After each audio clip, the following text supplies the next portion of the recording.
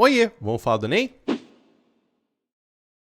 Sejam bem-vindos a mais um vídeo, a mais uma explicação. E no vídeo de hoje, para a gente poder entender um pouquinho mais a respeito de temas que são do Enem, mas especificamente falando de um outro ponto, que não são os temas que falam sobre o Brasil especificamente, mas temas que falam a respeito da internet, eu vou falar aqui um pouquinho sobre como você pode lidar com temas do Enem que usem como espaço especificamente a internet. É muito comum do que a gente vai ter a respeito da redação do Enem que nós tenhamos essa situação de colocar-se em um local. Não é muito comum que o Enem ele traga um tema de forma que você fale do mundo completamente. Que nem, por exemplo, se a gente for analisar os últimos temas do Enem, nós temos ou se não uma tendência de falar da sociedade brasileira ou se não de falar do Brasil.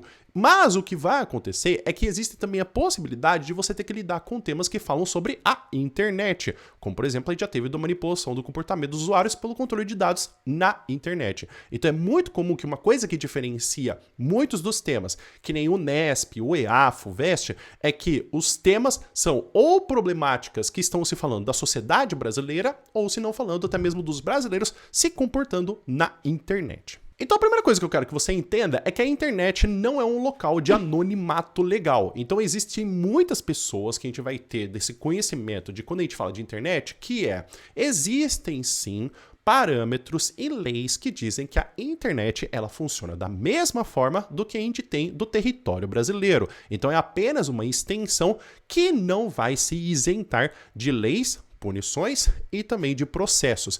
Então essa é uma coisa muito importante porque apesar da gente ainda ter isso, o anonimato é uma coisa que ela vai influenciar muitas pessoas e muitas atitudes. Então isso influencia pessoas a serem racistas, a serem preconceituosas, a atacarem e fazerem também cyberbullying, pensando que elas não vão ser punidas. Mas eu acho que existe tanto o intermédio do que se você pode pensar que existe tanto um problema desse anonimato, da falta de responsabilidade dos indivíduos, mas eu acho que mais importante que isso, que é o que a gente vai ter do problema da fiscalização, então das pessoas que estão fiscalizando e das entidades que estão fiscalizando e também das empresas, porque as empresas, por mais que sejam os indivíduos que estão utilizando as redes sociais, nós precisamos entender também que as empresas também são responsáveis por permitir que usuários cometam essas ações. Então é por isso que a partir daí que você tem esse entendimento, que você tem os usuários individuais que eles cometem essas ações,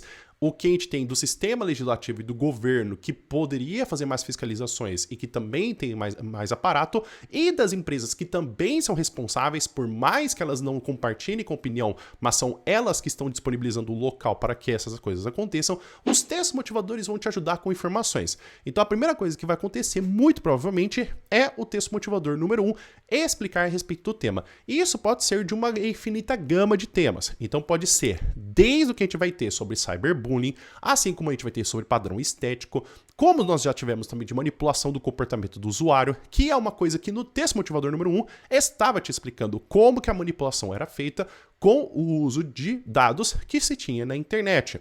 Então você nunca vai precisar saber do tema de antemão. Você vai ter todas as informações que vão ali ser explicadas para você nos textos motivadores, que muito provavelmente você vai ter também teses, inclusive explicando como que o tema acontece, por que ele acontece e até uma forma de você poder melhorar. Mesmo que ele não deixe muito explícito, meio que você também pode brincar numa relação. Como, por exemplo, se você vê que nos textos motivadores estão falando para você que um dos maiores problemas que existem de cyberbullying é que as empresas não se responsabilizam por fazer com que exista tanto um bloqueio desses tipos de comentários ou até mesmo de bloquear essas contas. Então, uma forma de você conseguir resolver é falando na proposta de intervenção que cabe ao governo exigir tanto um representante dessas empresas e exigir que aparatos legais sejam feitos para poder salvar o que se tem dos usuários que utilizam essas redes. Então, a partir daí, você vai precisar organizar suas teses para que fique muito claro que você consegue justificar e também explicar a sua tese.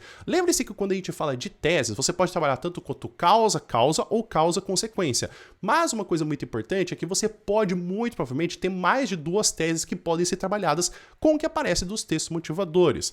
Então, por exemplo, quando a gente falou de manipulação do comportamento do usuário pelo controle de dados na internet, tinha tanto dos usuários que não sabiam como funcionava o controle de dados, assim como as empresas que não eram fiscalizadas, assim como o governo também que era negligente em fazer essa fiscalização e também mostrar como funcionava.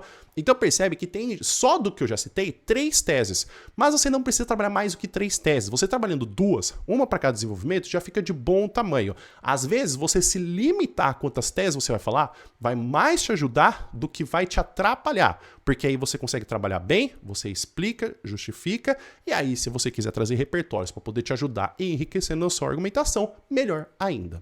Então aí você vai organizar os seus conectivos e os seus repertórios. Como o Enem ele pede pelo menos um tipo de repertório que esteja fora dos seus motivadores, é interessante você trazer pelo menos um. Então você pode até trazer em um dos parágrafos de desenvolvimento um repertório dos textos motivadores, mas o outro que você traga, por exemplo, a Constituição Federal, ou a Declaração Universal dos Direitos Humanos, ou até mesmo como você está falando da internet, fala do Marco Civil da Internet, que estipula as diretrizes que tem, que a internet também é território brasileiro.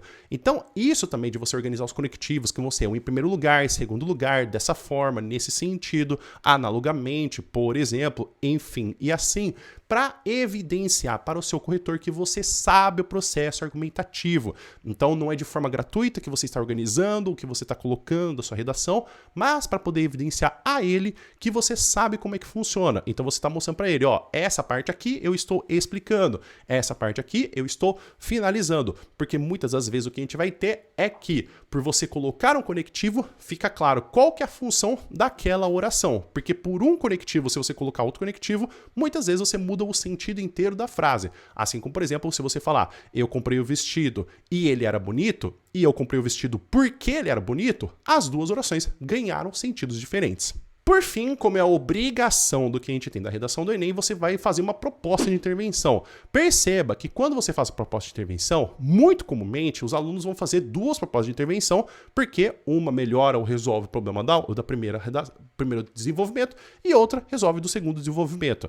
Se você tem uma redação que você trabalha como causa e consequência, ou até mesmo as 2 causas são meio parecidas, você vai ter então a possibilidade de você escrever uma proposta de intervenção que resolva ou melhore a situação do tema. Você não precisa resolver completamente, até porque, pelo que você consegue perceber dentro dos temas do Enem, você tem já uma lei, então você não precisa criar uma lei, mas também o grande problema vai ser dessa parte da fiscalização. Então é perceber como que você trabalha isso, como que as empresas podem se responsabilizar, assim como o governo também pode se responsabilizar por essa parte de proteger os indivíduos. Então tirar essa coisa de, por exemplo, de o usuário está sofrendo e culpar o usuário porque ele usa demais, mas não, tem que culpar também as empresas que não estão dando possibilidade de conseguir se reabilitar ou melhorar o seu tipo de comportamento.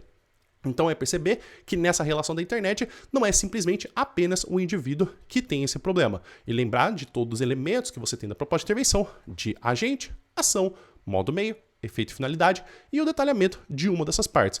Como geralmente você fala da internet, você pode realmente utilizar a mídia, você pode utilizar as empresas.